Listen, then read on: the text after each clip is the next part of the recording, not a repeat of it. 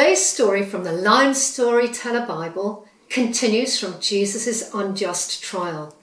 It's right in the middle of the night. They beat Jesus. They hit him hard. They took away his clothes and they put an old purple robe around his shoulders and jammed a crown made of thorns upon his head. And while the blood ran down his forehead, they called him names and made fun of him. So you think you're a king? Well, look at you now. Ha! Jesus never said a word. His body hurt. His heart was breaking. But he never said a word. They took a cross next, made of heavy wood, and they laid it upon his back. "Move along!" they shouted as they led him through the city. Some people cried when they saw him. Others cheered, "We love you, Jesus!" But all of them followed as he lugged that cross through the city gates and up a nearby hill. When they got to the top, they laid Jesus upon the cross. They nailed him to it. It hurt so much.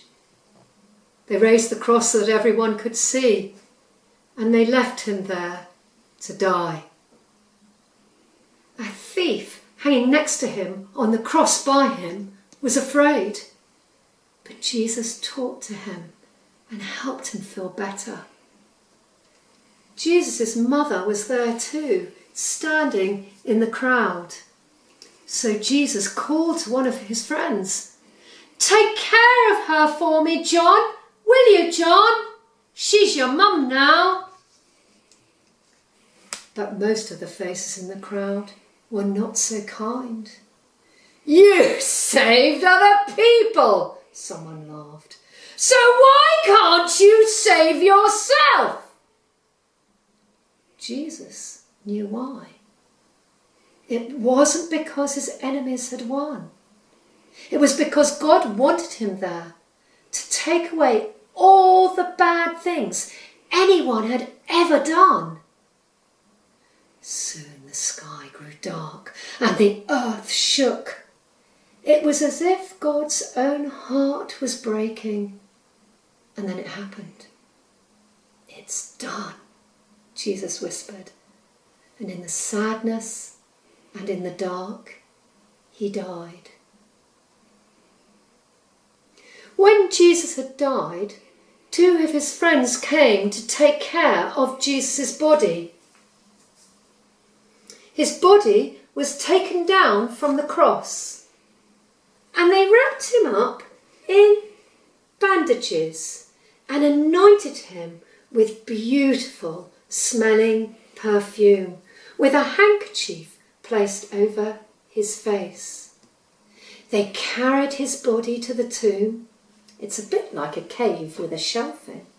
And they placed his dead body on a shelf with the folded handkerchief over his face.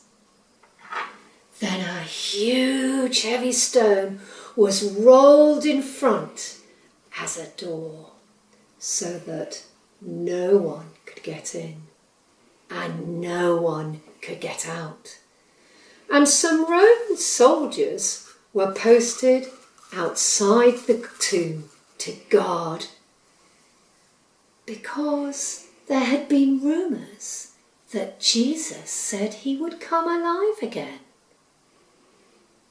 This was Friday.